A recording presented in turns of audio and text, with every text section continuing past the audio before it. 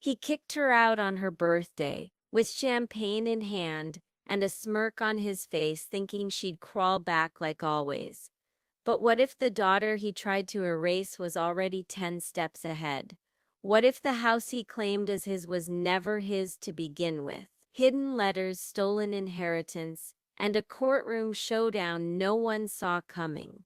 How far will a forgotten daughter go when silence is no longer her choice? And when legacy burns, who walks away with everything? The morning she turned 25, the house was unusually quiet. No streamers, no candles, not even a happy birthday muttered over toast. Just silence, the kind that made her skin prickle. Danny stood in the foyer of the only home she'd ever known, her suitcase resting by the front door like a silent witness. The marble floor beneath her bare feet felt colder than usual, like even the house itself was done pretending. She heard it before she saw it pop, the soft crack of a champagne cork. Her father, Leonard Bristow, stepped into view wearing his favorite navy blazer, glass in hand, the bottle resting casually on the hallway console, like it belonged in a toast. His smile was too tight to be kind. "To freedom," he said, lifting the glass toward her. "Yours, apparently." Danny didn't flinch. She had packed the night before, knowing this morning wouldn't come with hugs or warm breakfasts. She had known it since last week when she overheard him on the phone with his lawyer. She's of age. The trust ends now. If she won't follow house rules, she can go find her own. She wasn't meant to hear it, but she had, just like she'd heard him 20 years ago when he told her mother that raising a daughter was a favor, not an obligation. "I suppose this is where I cry," Danny said calmly, arms folded. He took a sip. That would be theatrical, though not surprising. His eyes scanned her outfit, black jeans, leather jacket, scuffed boots. Not the kind of look a Bristow was supposed to wear. Not in public. Certainly not on birthday. She reached down and zipped her suitcase slowly. "You didn't think I'd be gone already, did you?" Leonard blinked. "Gone? I moved out last night." She straightened, and for the first time he looked slightly unsure. "The suitcase is symbolic," she said. "For your benefit." A flicker of confusion crossed his face before the smugness returned. "You're bluffing. I took my clothes, my books, my paintings. The money Nana left me, hidden in her recipe tin. Don't worry, I'll return the cookie cutter." His face twisted. "You went through my things." She smiled. "Your things, or my dead grandmother's." He set the champagne glass down a little too hard. "You've always been dramatic, emotional, soft." "No," she said. "I was surviving." The sun lit the stained glass above the door in broken patches, reds, blues, yellows, and cast colors across the floor. Danny stepped into the kaleidoscope, her figure briefly tinted like a cathedral ghost. "Where will you go?" he asked. "I'm already there." She pulled her phone from her pocket and showed him a picture, her new apartment key resting on her open palm. A Craigslist find, 5th floor walk-up. Nothing worked yet, but the view was hers. He stared. "That place is in the city. You can't afford. I can't." "You just never thought I'd figure out how." She let the silence sit between them for a moment. Then she stepped closer, just enough to see the lines around his mouth twitch. "You wanted me gone," she said. "Done. I'm not asking for your money, your pity, or your approval." He narrowed his eyes. "You think this is some kind of victory?" She shrugged. "It feels like one." The front door opened behind her. Her mother appeared, holding a half-eaten piece of toast and a pair of gardening gloves. She paused when she saw them. Leonard turned toward his wife. "She's leaving." Danny didn't look at her mother. She'd made her peace with the silence years ago. Instead, she turned back to Leonard. "You always thought I needed you more than you needed me." "I don't need you," he snapped. "I know," she said. "That's why I stopped trying." She pulled the handle of the suitcase and opened the door wide. Warm July air rushed in, brushing against her cheeks like a blessing. Leonard's voice softened slightly, almost amused. "You'll come back, they all do." She paused in the doorway. "I'm not them." As she stepped onto the porch, her boots echoed against the wood planks. The morning sun was sharp, almost cruel, but it made everything clearer. She walked past the flower beds her mother once made her weed as punishment. Past the black Mercedes Leonard refused to let her drive, even to prom. Past the mailbox where she once mailed a letter to a grandmother already dead. At the end of the driveway, a cab waited. She opened the trunk, lifted the suitcase in, and got in the back without looking back. The cab driver glanced at her in the mirror. "Airport." "No," she said, smiling softly. "Home." He nodded and pulled away. Behind her, the house faded from view, shrinking in the rearview mirror until it was just another silhouette among many. But in her chest, something expanded. Freedom wasn't loud. It didn't come with fireworks or applause. It came like this on a quiet morning, with no one cheering and no one stopping her. He had kicked her out, expecting tears. But she was already gone, and this time she took everything that mattered. "A house never built for me." 200 words. Danny remembered the house differently when she was little. Back then, it wasn't a tomb, it was a castle. White columns out front, ivy climbing like soft green veins up the side. Neighbors called it the storybook house. To outsiders, the Bristows looked like a perfect American family. Her father waved at every barbecue, her mother brought apple pie to church events, and Danny smiled on cue, played the piano for holiday parties, and thanked everyone for coming. But behind the front door, the story darkened. The house wasn't built for fairy tales. It was built for obedience. At 5, she learned silence was survival. Her father didn't like interruptions. He didn't like loud laughs or unmade beds, or anything that reminded him a child lived there. He loved neatness, schedules, control. At 7, she knocked over a vase while running through the hallway. Her elbow clipped the edge, and the glass shattered like thin ice. Leonard didn't yell. He knelt down beside her, picked up a shard, and held it close enough to her cheek to make her free. His voice was calm, always calm. "Do you know what happens to things that don't belong?" he asked. Danny nodded slowly, though she didn't really understand. "They get broken," he said. Her mother stood in the kitchen, eyes cast down, hands trembling around a wet dish towel. That night, Danny didn't cry. She just cleaned until her knuckles bled. In 3rd grade, she brought home a drawing, a crayon version of their family, standing in front of the house. She was proud. Her art teacher had taped it to the classroom wall. Leonard looked at it once, then handed it back. "Why are you taller than me in this?" he asked. Danny stammered. I don't know. I guess I just drew fast." He folded it neatly in half, then quarters, then dropped it into the fireplace. "If you're going to do something, Danielle, do it right." She watched the edges curl and turn black. That same year, her best friend Sophia invited her to a sleepover. Danny packed her bag, braided her hair, and told her mother she'd done all her homework. Her mother smiled and patted her head. Then Leonard found out. He made her call Sophia's parents and cancel. Then he sat her down and told her the rules.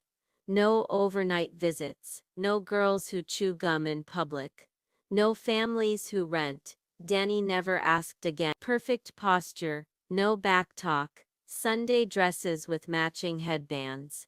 When neighbors visited, Leonard would call her in from wherever she was hiding and make her play Beethoven on the baby grand. "She's got such discipline," they'd say, sipping wine. Leonard would be, "It's how we raise them, with purpose." But they never saw what happened after the guests left. Never saw the way her father's eyes turned to stone when she didn't bow correctly. never heard the words he spat like poison when she smudged a note. Discipline didn't end when the music stopped. It followed her upstairs, echoed in footsteps down the hall, and settled into the bruises that bloomed like violets on her arms. She wore long sleeves year-round, said she bruised easily. Her mother never asked. At 15, she won first place at the regional science fair. She spent 3 months building a working model of a desalination engine. The prize was a trip to Washington, D.C., and a scholarship application from MIT's Early Youth Program. She came home beaming, clutching the certificate. Leonard scanned it without interest. "This is engineering," he said flatly. "Not law, I know," she said, heart pounding. "But I love it. And MIT, Dad, they might. You'll study political science at Yale, like your grandfather. But you'll drop this science nonsense by next semester." She didn't go to Washington. The model was dismantled and thrown out when she left for school the next morning. Her mother never brought it up. Danny stopped entering competitions after that. Into pillows, in locked bathrooms, in the back of parked cars. Her tears weren't loud anymore. They were careful, polished. Like everything else about her. When she got her acceptance letter to a public university, half scholarship in environmental studies, she hid it in a shoebox. She knew it wouldn't matter. Leonard had already enrolled her in Yale's summer prep. "Connections," he said. "No daughter of mine is settling for mediocrity." She never told him about the scholarship, never mentioned the essay she wrote about reclaiming water systems in marginalized communities, never shared the professor's note, scribbled in the margin, "You think in systems. You will change things." That letter stayed folded in the shoebox under her bed for 3 years. She read it on nights when the walls closed in. Done. The worst betrayal didn't come in screams. It came in neglect. On her 18th birthday, she waited in the kitchen until midnight for someone to remember. Her mother was asleep. Leonard was working late. There was no cake, no card, just a cold roast in the fridge and silence. So she took the bottle of red wine her mother had saved for guests and poured herself one glass. She raised it to no one and whispered, "Happy birthday, Danny." She drank it alone, even as she grew older, tried to forge her own identity. Little rebellions like black nail polish, or poetry zines printed in secret. She remained, in his eyes, a project that needed correcting. And still, part of her longed for him to look at her and see something worth loving. The last time he touched her with anything close to tenderness was when she was 10, after a fever had left her delirious and shaking. He sat beside her bed, wiped her forehead, and murmured, "You're tougher than you think." She clung to that memory for a decade. It was the only one that felt remotely warm. She would later understand that even that moment was less about love and more about pride in her resilience, a trait he admired because it made her easier to control. Now, years later, as the cab took her farther from that white-columned house, Danny saw it for what it really was. It wasn't a home, it was a stage, and she had played her role until her voice cracked and her soul shriveled. She hadn't grown up there, she had survived there. Everything they gave her came with strings. Every smile was earned, every nod was conditional. But now, the performance was over, and outside the window a new skyline rose. Not built by Bristow's, not shaped by approval or punishment. Just, it was the dust that drew her to the book. She had been cleaning out the last of her childhood closet, stuffing clothes and old journals into a canvas bag, when her fingers brushed a forgotten corner behind the bottom shelf. A sliver of something rough, leather-bound, wedged between the floorboards and the drywall. She tugged, and out came a thick, weathered book. A treasury of Southern recipes, with frayed corners and faded floral print. Her grandmother had kept it on the kitchen counter when Danny was small. using it more as a memory prop than an actual cookbook. She used to say it reminded her of Tennessee summers and blackberry pie. Danny ran her hand across the spine. A tiny crack in the binding made the book sit unevenly in her palm. Curious, she opened it, pages stuck together. Some had oil stains. One was folded 3 times, yellowed like parchment. She unfolded it gently, and there it was, the letter. My sweet girl, if you're reading this, it means he didn't tell you. I tried. God knows I tried to make sure you'd be protected. But men like Leonard, they rewrite stories to suit themselves. Danny sat down on the edge of her childhood bed, heart thudding as if the room had turned into a courtroom. Her grandmother's handwriting was the same looping cursive from every birthday card. But this was something else. A confession, a warning. When I was diagnosed, I asked your father to transfer the house into your name. It was in my will. I wanted you to have roots, somewhere that belonged to you and only you. He promised me he'd do it after I passed. But I see now that promise was a lie. He kept everything in his name. And now, if he's anything like he was in his youth, he's using it to control you, to erase you. Tears burned at the corners of Danny's eyes. She blinked them back. There was more. I've seen the way he silences you. He did it to your mother too, long before you were old enough to notice. I wish I had spoken louder, sooner. But I thought wrongly that time would soften him. It didn't. The trust I left was meant to sustain you. Ask Harold Grant, the lawyer. The documents are in his archive, filed under Eliza Bristow, 2009. I don't know what Leonard told you, but that money, that house, they're not his to hold over your head. They're yours. They always were. Forgive me for not fighting harder. But if you're reading this, maybe it's not too late. Love, Nana. Danny stared at the letter for a long time. The edges fluttered in her trembling hands. A roar began to rise in her chest. A mix of grief, rage, and vindication. It surged through her like wildfire, consuming every memory of hollow birthdays and denied scholarships and cold, dismissive stares. The house. The house was supposed to be hers. She clutched the letter, breathing hard. For a moment, the walls felt like they were tilting. The room that had been her prison, the home where she was raised like a guest under surveillance. It wasn't his. It never should have been his. Her father hadn't just been cruel. He'd been a thief. He had stolen not just affection or safety, but something tangible, concrete, legal. Her grandmother had tried. Eliza had left her the truth, like a seed hidden in old pages, a hope that Danny might one day find it. And she had. She pulled out her phone with shaking hands and opened the search bar. Harold Grant, attorney. Her fingers flew. The name turned up: a small office downtown, still active, still listed. She called. A scratchy voice answered after 2 rings. Grant Law. Mr. Grant, she asked. This is Danielle Bristow. I'm Eliza Bristow's granddaughter. She passed away and I found a letter.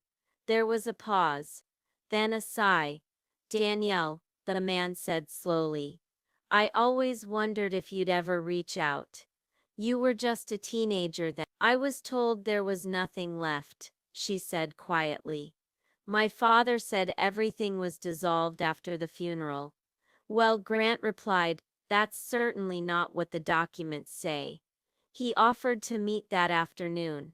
Danny hung up and looked around the room. Her room, or maybe her house. She was supposed to inherit this. To be the owner, not the occupant. All this time she had walked on eggshells inside walls that were meant to protect her. Walls her grandmother fought for. Suddenly, her memories came alive in reverse. The way Leonard never let her see the will. The way he said probate court was a hassle not worth pursuing. The day he sold her grandmother's jewelry for tax purposes. The quick remodel of the downstairs suite that erased every trace of Eliza's sunroom. He hadn't just locked away her legacy. He buried it, and now he was kicking her out of a house he knew never belonged to him. Her fists clenched. Not this time. Hours later, she sat in Harold Grant's office, walls lined with dusty binders and degrees from another era. He looked older than she remembered, a bit slower, but when he slid the documents across the table, his hands were steady. This, he said, tapping a stamped page, is a copy of the original will. Your grandmother designated the property to be placed in a trust under your name upon her death. Leonard was appointed temporary executor, but he was legally obligated to transfer ownership to you by your 21st birthday. Danny's eyes widened. He never mentioned this, not once. Grant nodded grimly. He filed an amendment after her death, a petition to delay the transfer, citing your age and emotional unpreparedness. He argued you were unstable. She choked out a bitter laugh. Unstable. I was 17. He filed again when you turned 21. Claimed you were uninterested in the property. The judge approved because there was no counterclaim. No one notified you. No one told me. That's what he counted on. Danny leaned back, the room spinning. She held the letter in her lap, fingers white from gripping the paper. Grant slid another folder toward her. You can still file for ownership. With this letter, we can request a fraud investigation, especially if you can prove coercion, or that you were deliberately kept in the dark. Will it hold? She whispered. The lawyer smiled faintly. I've seen weaker cases win. Danny swallowed hard. Something inside her snapped into place. Her father had always taught her that her voice was noise, that she didn't matter, that her only value was in obedience. But now she had proof, and for once she had power. She left the office with copies of the paperwork, the letter safely tucked into a sealed envelope, and a meeting set for Monday with a legal advisor. Outside, the air was thick with the buzz of summer. Street vendors shouted, music spilled from cafe doors, and the world felt impossibly alive. She stood at the corner, blinking in the sunlight. The house wasn't his. It never was. And now, for the first time, she wasn't just leaving with her freedom. She was coming back for what was rightfully hers. The dinner table was set like a magazine spread. White linen, gold-rimmed china, tall candles flickering in precise formation. A line of stemmed glasses gleamed under the chandelier.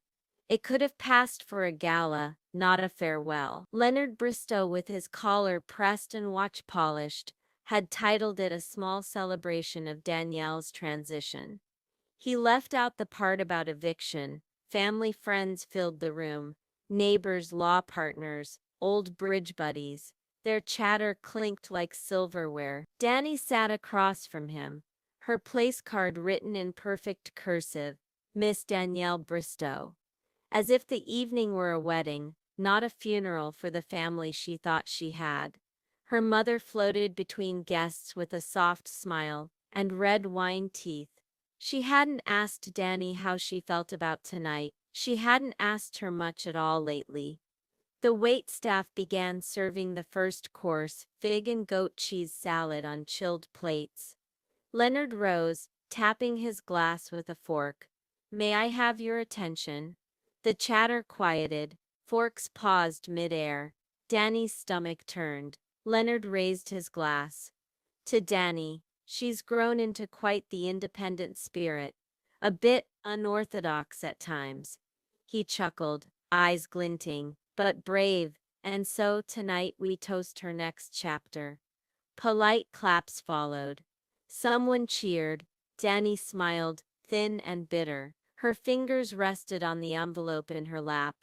Her turn, she stood. I want to thank you all for coming, she said, voice clear, projecting past the crystal and the gossip. It means a lot that you're here, especially for what I'm about to say. The room still. Leonard's smile faltered. She held up the envelope. I found a letter yesterday, one written by my grandmother. She left it for me in an old recipe book, hidden. She took a breath. It said that this house, the house my father is so proudly toasting from tonight, was left to me, legally, through a trust. A beat of silence passed like a held breath. I found legal proof with her lawyer, Harold Grant. Murmurs broke out.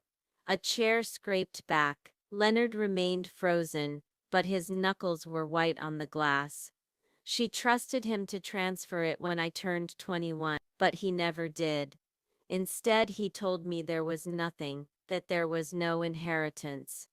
Leonard rose slowly, his voice thick. Danielle, I'm speaking, she cut in. Her voice didn't waver. You lied. You stole something meant for me. You used it to keep me under your roof, under your rules, all while planning to throw me out the moment it suited you. Faces turned. Mrs. Langford, their neighbor of 20 years, gasped. Mr. Kessler dropped his napkin. Leonard's calm cracked. You don't understand the complexities of. You forged documents to delay the transfer, she snapped. You told the court I was unstable. You said I was uninterested.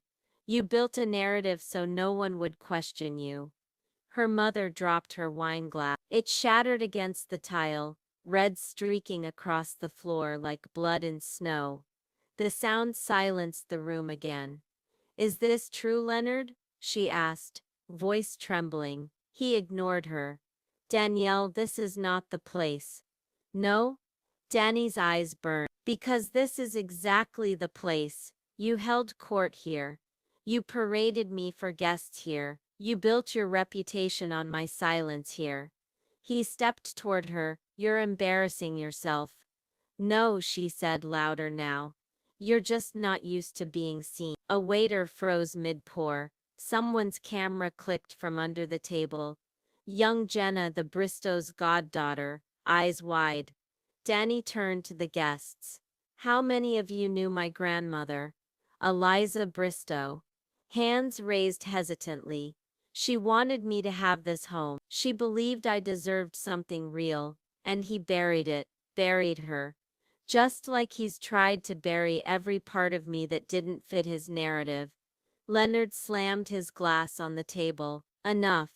The stem cracked, wine spilling across the linen like a spreading wound. His face reddened. You want drama, Danny. Congratulations. You've just destroyed your name. She stepped forward. No, Dad, you did. And then from the far end of the table, her mother stood again. I told you, she whispered. Leonard blinked. What? I told you not to hide the letter, she said louder. Eliza gave me a copy too. I kept it in my jewelry box. You said you'd take care of it, that it was better for Danny not to know. All eyes turned. Leonard's face turned ashen. Yeah. You told me she wasn't ready, her mother said, that she was too fragile to manage a house, let alone a legacy. You agreed, he hissed. I agreed because I was afraid of you. The words stunned the room like a slap. Danny stared, speechless. I was afraid, her mother repeated, voice cracking. I've been afraid since before she was born. Danny's chest ached. Her mother had never admitted that, never even hinted at it. Leonard looked between them, exposed and cornered. You two don't understand what it takes to maintain a legacy. No, Danny said, but we know what it takes to survive one. And then, like an aftershock, he struck. Not with a fist, but with the back of his hand across Danny's cheek. Gasps erupted. Someone screamed. The room exploded into chaos. Danny staggered, but didn't fall. She stood, straight. Her face burned, but her gaze didn't drop. She looked him in the eye. Thank you, she said quietly. He blinked, stunned. Now everyone sees who you are. She turned to the room. I'm pressing charges. I have the letter, the documents, witnesses, and I'm filing a fraud investigation. This is your legacy now." And with that, she walked out. No coat, no purse, just her head held high, and her hand on the still throbbing side of her face. The night air hit like baptism, crisp, cold, clean. Behind her, the house buzzed with panic, whispers, and the brittle splintering of a dynasty breaking in half. She didn't look back. Let them drown in the wine and the lies. Her voice was finally louder than his, and it was just beginning to rise. The bruises faded faster than the silence did. Danny spent the next morning wrapped in a scarf, sipping coffee on the fire escape of her new apartment. The bruise on her cheek was a tender bloom of color, darkening at the edges, but the ache inside her was older, far older. She looked out over the alley below. Pigeons danced across rusted pipes. Someone down the street was yelling into a phone. A siren wailed in the distance. But for the first time in her life, no one was yelling at her. She thought about the night before, how the slap had landed like punctuation on a sentence that had been writing itself since the day she was born. But it wasn't just about last night. It never was. It was about every time she had shrunk herself to survive. Every compromise, every erased dream, every apology she gave, just to keep the peace. She reached for the small wooden box on the windowsill. Inside were mementos. Nothing valuable, but everything sacred. A dried daisy from her grandmother's garden, a clay pendant from a middle school art class, a postcard from a road trip she was never allowed to go on, and tucked in the bottom, the folded acceptance letter from the environmental studies program at Berkeley. She'd never told anyone about that, not even her mother. She remembered the way her hands shook when she opened the envelope, the way her heart soared when she read the words, "We are pleased to offer you admission." She remembered the dream of California, of ocean air and open minds, of being someone away from the Bristow name. And then she remembered burning it. She did it in the fireplace one cold January morning, while her father read the Wall Street Journal, and her mother crocheted in silence. They never asked what she was doing, just watched the flames like they always did, quiet and obedient. That was the first dream she buried. But not the last. She worked 3 jobs during college, not because she had to, but because her father made it clear that if she wanted independence, she'd pay for it with exhaustion. Waitressing at a downtown steakhouse by night, cleaning rooms at a roadside motel on weekends, tutoring underclassmen in biology for barely more than minimum wage. Each job was another brick in her silent rebellion. She never told him how tired she was. She didn't want his permission. She wanted his absence. There were nights she fell asleep sitting up, textbooks on her lap, salt from restaurant fries still crusting her fingers. She once fainted in the walk-in cooler after a double shift and woke up to her manager yelling about liability. She didn't cry, not then. He was the first boy who looked at her like she wasn't a checklist or a disappointment. He was kind, funny. He met her outside her campus library every Tuesday with a plastic cup of cheap bubble tea, because she mentioned once offhand that she liked it. They dated for 7 months. He told her he loved her one night, under a canopy of string lights at a student art fair. She didn't say it back, not because she didn't feel it, but because she didn't trust that love could exist without conditions. When he asked to meet her parents, she panicked. She pictured Leonard's disdain, the probing questions, the smirks, the way he would look at James beneath us written all over his face. She made up excuses, then ghosted James for 3 weeks. He showed up at her apartment, confused and hurt, holding the same damn bubble tea. I thought you liked me, he said. I don't deserve you, she whispered. And she meant it, because at that point she didn't believe she deserved anything that didn't come with pain. He walked away. She let him, choosing peace over presence, choosing survival over joy. And still the echoes of the women who came before her rang in her blood.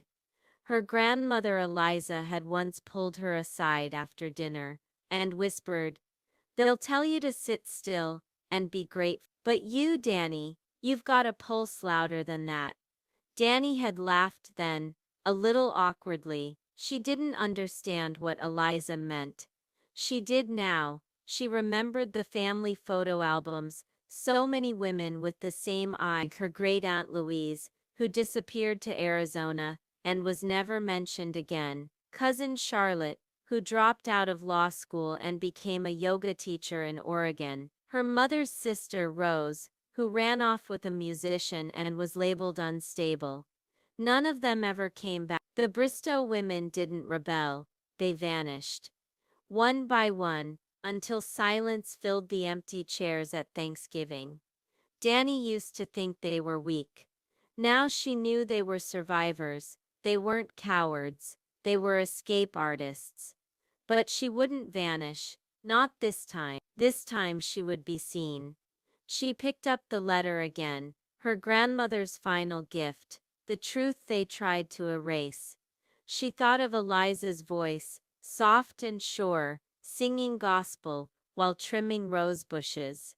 The way she held Danny's hand during thunderstorm. The stories she told about stubborn Southern women who refused to sit down.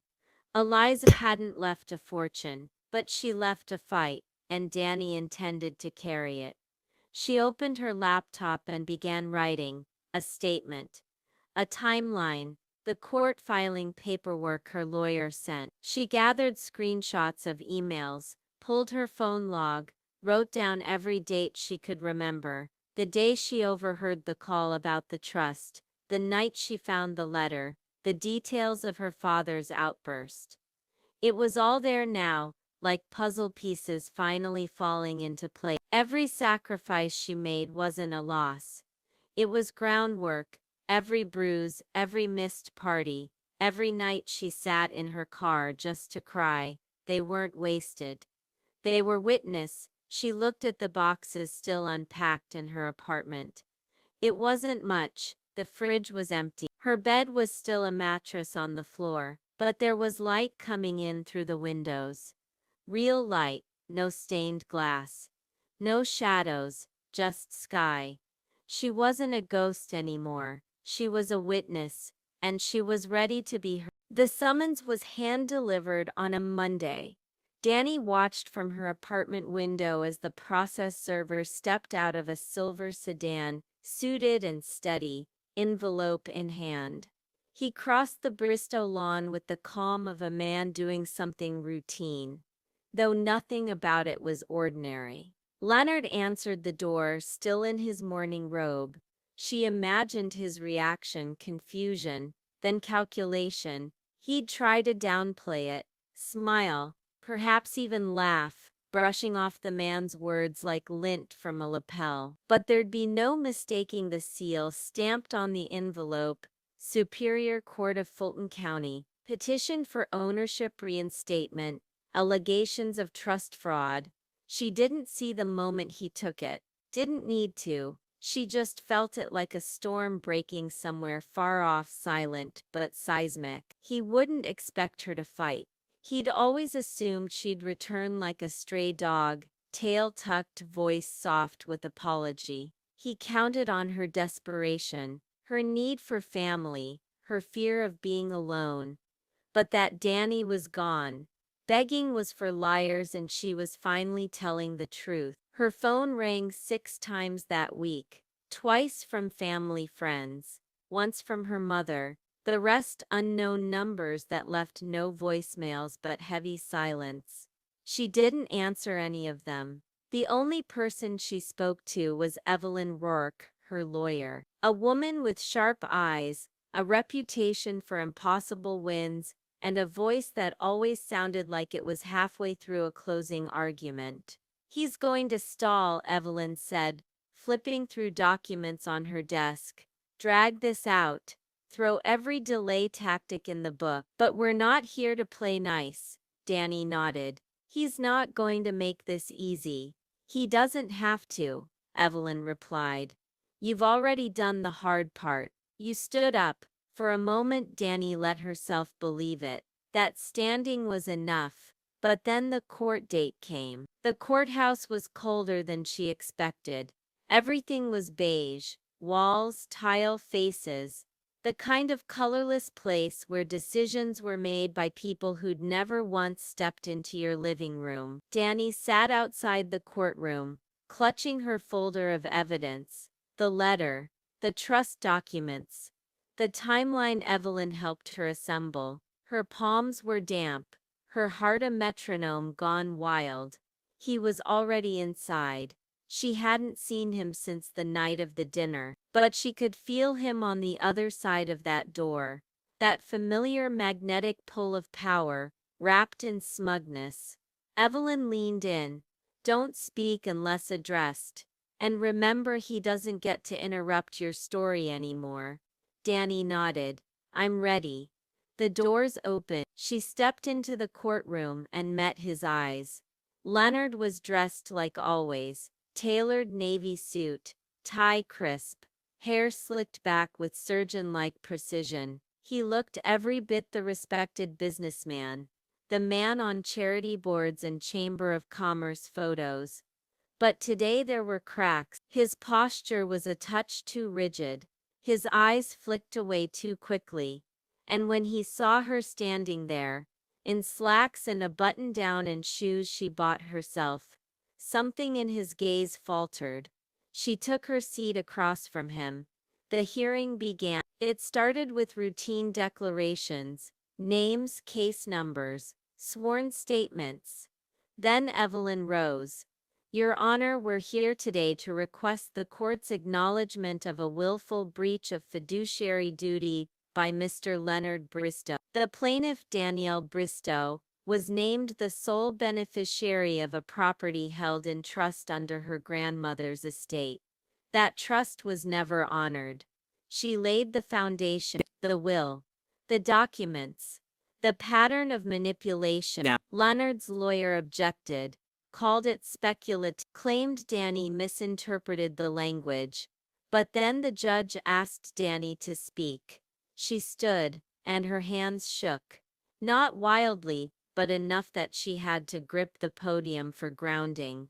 I was 17 when my grandmother died, she began. I was told the estate was settled. I never saw the documents. I asked and was told there was nothing left, that everything had been dissolved. Her voice cracked slightly. She cleared her throat and continued. I believed him, because he was my father. Because he made me believe that questioning him meant betrayal, that I wasn't strong enough to manage a home, that I hadn't earned anything. She reached into her folder and handed the judge a copy of Eliza's letter.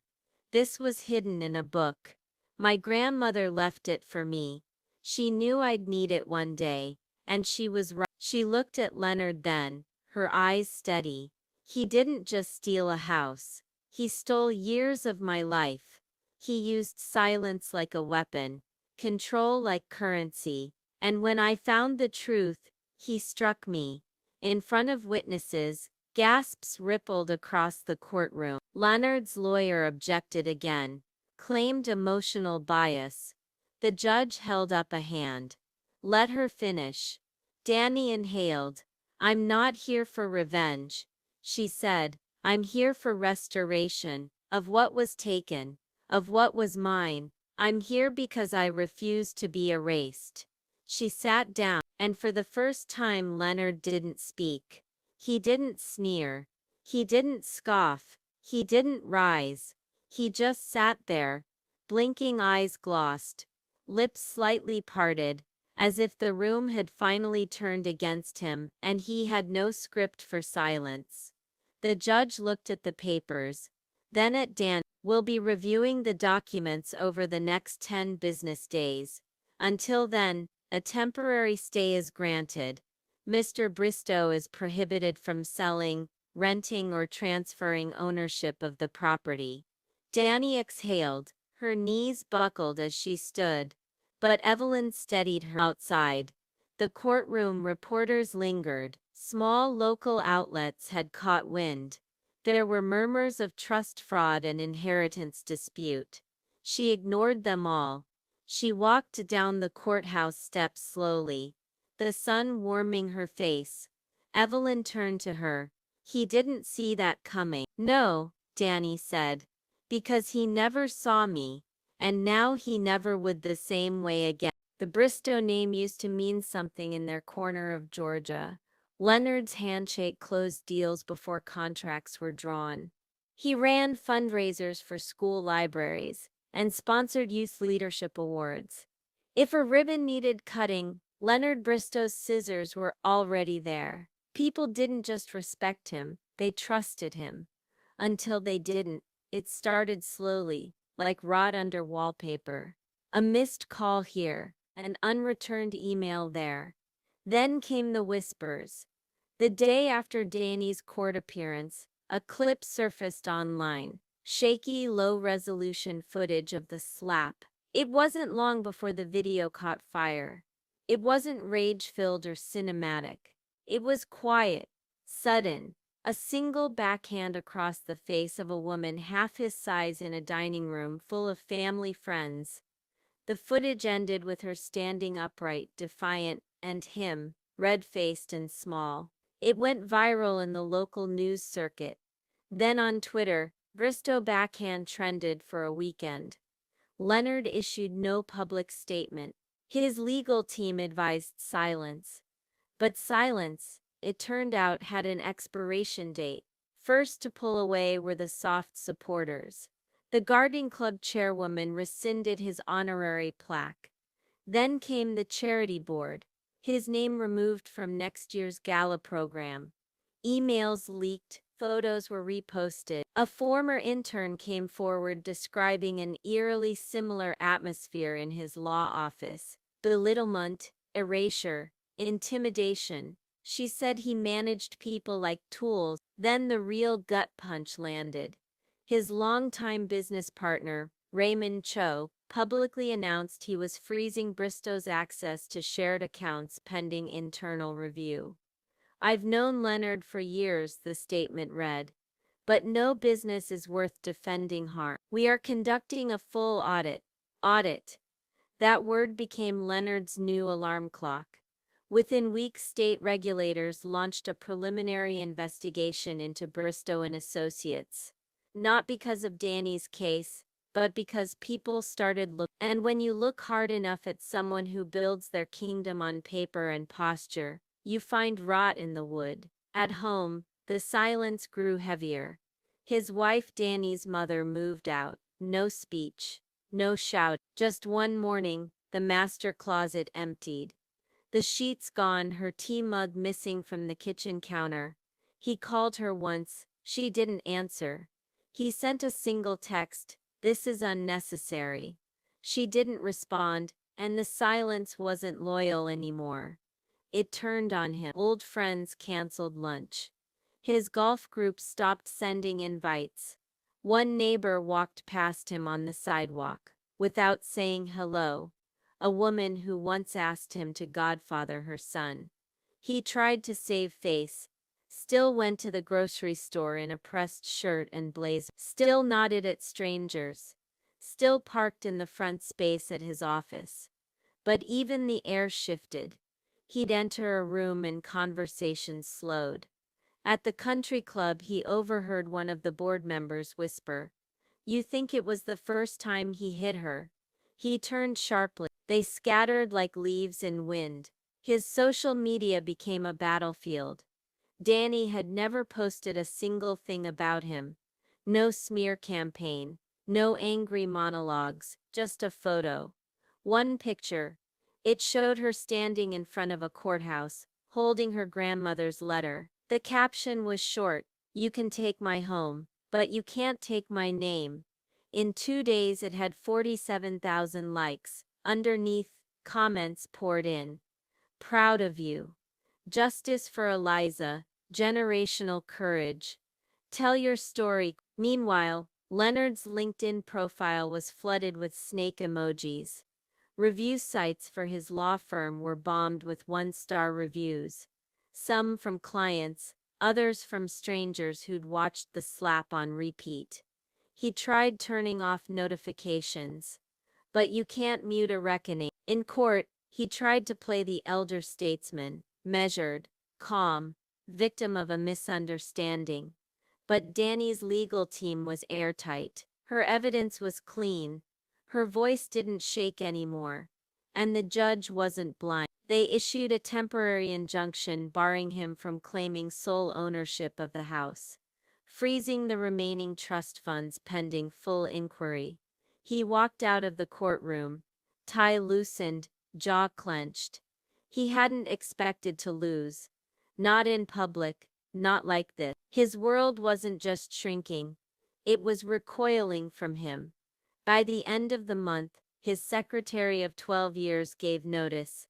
I need a healthier work environment, she said quietly, slipping her resignation letter across his desk. He nodded stiffly, pretended it didn't sting, but it did. The halls of his once pristine office now echoed with absence. Plants wilted, desks emptied, deadlines were missed. His calendar, once color-coded and bursting, now sat half blank. Even the walls seemed tired. Danny had told him once during a father-daughter dinner years ago that the office felt like a mausoleum. He'd laughed, now it did. Every night he poured a small glass of whiskey. Every night he watched the same channel. No news, just static reruns of golf tournaments and real estate shows. But no matter what was on screen, he always saw her face. Danny, the way she stood in that video. Still, proud, unafraid. She looked nothing like the daughter he'd sculpted, but everything like the woman Eliza once warned him she'd become. That girl's got iron in her blood, his mother used to say. He didn't believe it then. Now it was all he could see. A letter from the State Bar Association arrived. Preliminary ethics review initiated. His firm's revenue dipped 43. Raymond formally filed for division of assets. The firm was splitting, so was the legacy. At church, the pastor greeted him stiffly. At the gas station, someone spat near his shoes. The throne he once ruled from, polished, towering, unquestioned, stood empty now, because what is a throne without heirs? What is legacy without loyalty? What is power when the one person who once begged for your love now owns the truth, the proof, and the future? And in that space, Leonard learned the deepest truth of all. Silence doesn't always mean submission. Sometimes it's the sound of a daughter walking away and taking the whole damn kingdom with. The house wasn't big. 2 bedrooms, a sloped roof that needed patching, a creaky porch that groaned every time she stepped on it. The paint peeled near the windows, and the garden was more weeds than flowers. But the deed had her name on it. Danielle Eliza Bristow, printed in bold, no cosigners, no conditions. She ran her thumb across the signature like it might vanish. It didn't. She sat on the floor of the empty living room, sunlight pouring in through bare windows, a half-empty takeout box beside her, and smiled for the first time in a long time without apology. It wasn't the Bristow estate. It didn't need to be. It was hers. She moved in slowly, a bed frame 1 week, curtains the next. The kitchen took time, second-hand plates, thrift store mugs, a mismatched set of knives that dulled after one use. But she liked the imperfection. Nothing in this house had ever been weaponized. The walls were blank when she arrived, and that was perfect. No echoes, no ghosts. She painted them soft blue, bought a rug with wild patterns, lit candles that smelled like lavender and firewood. It wasn't just a house. It was proof she could exist without being framed inside someone else's legacy. On her third week, she went to therapy. A woman named Camila with kind eyes and a voice like a warm blanket. They started slow. Family maps, grounding techniques, breathing through nightmares. I feel angry all the time, Danny admitted one session. And then guilty. And then nothing. Like my body's buffering. Camila nodded. That's what trauma does. It rearranges your wiring. But it can be rewired. Danny let herself believe that. Slowly, she learned how to sit with silence, how to cry without apologizing, how to name her grief without justifying it. Some days the progress was microscopic. Some days she laughed mid-session, realizing she hadn't thought about him once that morning. She journaled, she cooked, she rested. It was messy, but it was hers. She met Ray at the local co-op while trying to figure out the difference between three identical-looking jars of tahini. He was loud, kind, and shamelessly passionate about compost. New around here, he asked, eyeing the confused look on her face. Knew everything, she said. He offered to help her build a planter box. She said yes, even though she didn't know where she'd put it. They became fast friends. He introduced her to a hiking group that didn't mind if you cried halfway up the trip. She met women who ran businesses from garages, who wore stretch marks like war medals, who talked openly about breaking cycles. For the first time, Danny didn't feel like she was hiding. For the first time, she laughed and didn't brace for punishment. She wasn't planning on it. She just went to the shelter to look. But there he was, a gangly mutt with one ear flopped sideways and eyes like honey. He wagged once, slowly, as if unsure whether he was allowed. Danny understood that feeling. She named him Echo, because he came from silence and still found a way to speak. They walked together every morning, rain or shine. She told him things she hadn't said aloud to anyone. He listened, tilted his head, and never asked for more than food and softness. He slept curled by her bed, always touching his paw on her leg, his back against her ankle. He didn't need to protect her. She just needed to know she wasn't alone. With the leftover funds from the trust recovery, Danny could have taken a break, moved to the coast, gone back to school. Instead, she opened a workshop in the garage. Wood, paint, scraps of old tile. She started with mirrors, framing them with reclaimed wood, painting messages on the bottom edges. You are not what they said. Still standing, inheritance voice. People started buying them. She didn't market herself, just set up a table at the farmer's market and watched people pause, smile, linger. One woman cried, holding a piece. This feels like something my grandmother would have said, she whispered. Right. Danny nodded. Mine did. She named the business Rooted Think because survival was rooted. Because truth was. Because she finally was. One night, she sat on her porch with Echo and a mug of tea, watching the sun dip behind the fence. The sky was the color of ripe peaches, the air full of cicadas and barbecue smoke from a neighbor's yard. A kid rode past on a bike with cards in the spokes. Someone down the block played old jazz from a garage stereo. Danny closed her eyes.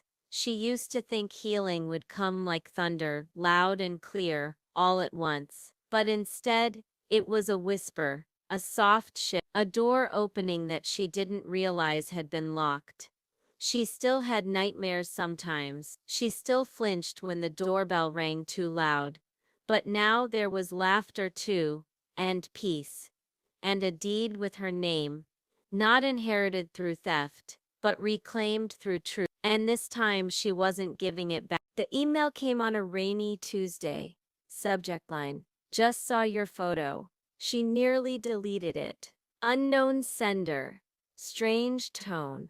But something made her pause. She opened it. Hey Danny, I don't know if you remember me. I lived next door to you growing up. Daniel Reyes. I saw the courthouse picture. I wasn't sure if I should reach out. But I guess I've wanted to for years. I remember more than you think. D. She sat still for a long moment. Daniel Reyes. The boy with the chipped front tooth and too many library cards. The one who used to toss pebbles at her window on Saturdays and trade comic books through the fence. The only person she'd ever dared whisper secrets to, even if they were wrapped in fiction. She hadn't seen him since she was 14. His family had moved after a falling out with the Bristows. No details, just a sudden disappearance. She replied, I remember you. Want to talk? He did.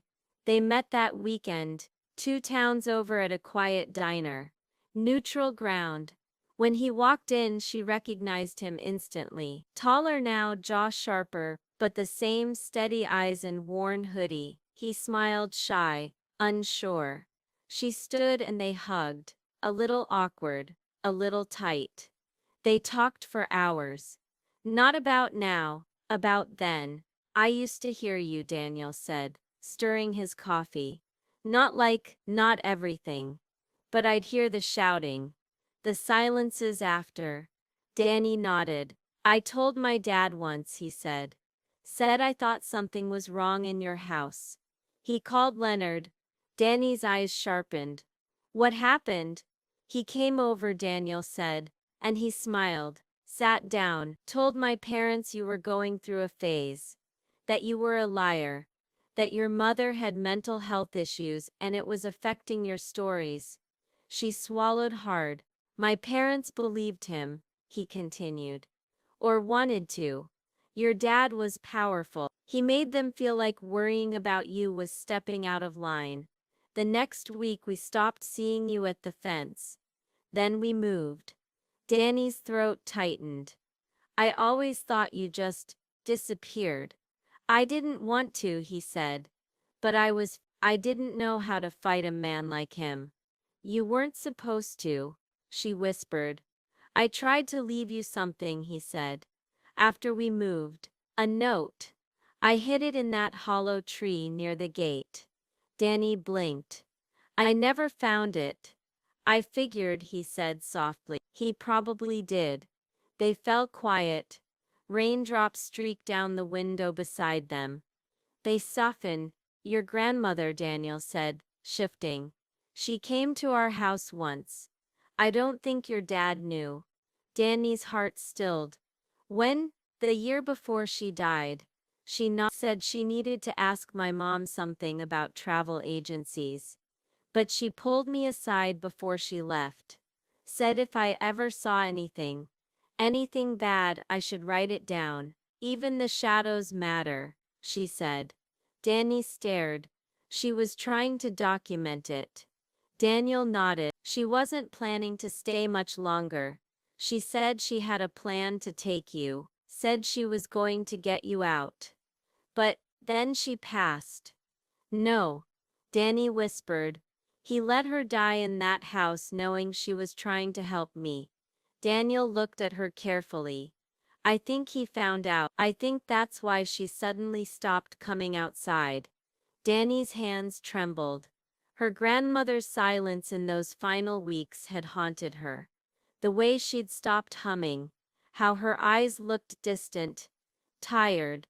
Now she understood.